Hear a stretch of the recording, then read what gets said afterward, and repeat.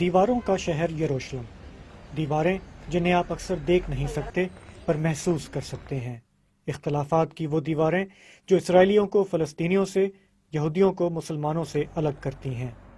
فلسطینیوں اور اسرائیلیوں کے درمیان یہ ہے وہ متنازع دیوار جس کے بارے میں فلسطینی کہتے ہیں کہ جب سے یہ دیوار کھڑی ہوئی ہے ان کی زندگی اجیرن ہو گئی ہے۔ جو راستہ وہ 10 منٹ میں طے کرتے تھے اب اس میں انہیں 1.5-2 گھنٹے لگ جاتے ہیں۔ لیکن اسی دیوار کے بارے میں اسرائیلیوں کا کہنا یہ ہے کہ جب سے یہ دیوار کھڑی کی گئی ہے یروشلم کے اندر فلسطینیوں کے خودکش حملوں میں بڑی حد تک کمی آ گئی ہے۔ اس خطے میں تنازع کی بڑی وجہ مشرقی یروشلم کا یہ تاریخی حصہ ہے۔ القدس یا بیت المقدس کہلایا جانے والا یہ علاقہ دنیا کے 3 بڑے مذاہب کے لیے مقدس جگہ ہے۔ اسرائیل نے یہاں سن 67 سے قبضہ کر رکھا ہے۔ Many people, Jewish, come to here and talk that this our house. یہودی لوگ ہمارے گھروں پر آ کر کہتے ہیں کہ یہاں سے اٹھیں۔ ہم ان سے کہتے ہیں کہ ہم ایک عرصے سے یہاں القدس میں رہتے آئے ہیں، ہمارے پاس ملکیت کے کاغذات ہیں، لیکن وہ ہمیں دھمکاتے ہیں کہ اٹھتے ہو یا پولیس لے کر آئیں۔ مقبوضہ مشرقی یروشلم کی یہ تنگ پتھریلی گلیاں یہودیوں، عیسائیوں اور مسلمانوں تینوں کے لیے اہم ہیں۔ یہ علاقہ سارا سال ہی دنیا بھر سے آئے سیاحوں سے بھرا رہتا ہے۔ یہودیوں کا یہاں مقدس مقام ویسٹرن وال یعنی دیوار گریا ہے۔ دنیا میں دور دور سے یہودیوں کے قافلے یہاں عبادت کے لیے آتے ہیں، اپنی مقدس کتاب تورا سے پڑھائیاں کرتے ہیں، اپنی مذہبی رسومات ادا کرتے ہیں۔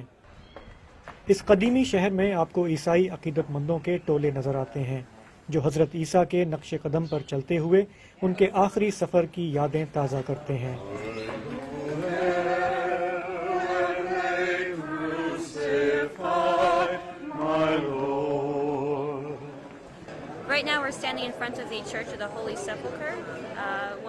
یہ جگہ عیسائیوں کا اہم چرچ کلیسا قیامت ہے۔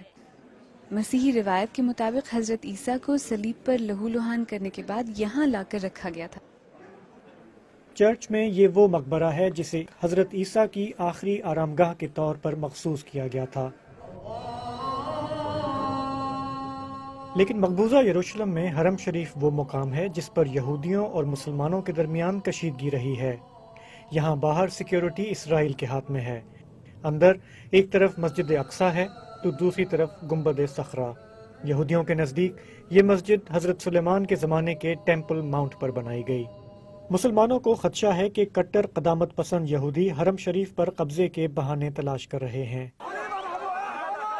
اسی لیے یہاں وقتاً فوقتاً اسرائیلی سیکیورٹی فورسز اور فلسطینی نوجوانوں کے درمیان جھڑپیں ہوتی رہی ہیں۔ 9 برس پہلے جب سن 2000 میں اس قسم کے واقعات قابو سے باہر ہو گئے تھے تو یہاں سے فلسطینیوں کی دوسری انتفاضہ نے جنم لیا تھا۔ لیکن اسرائیل جانتا ہے کہ الاقصیٰ کے ساتھ پھر کوئی چھیڑ چھاڑ اسے کافی مہنگی پڑ سکتی ہے۔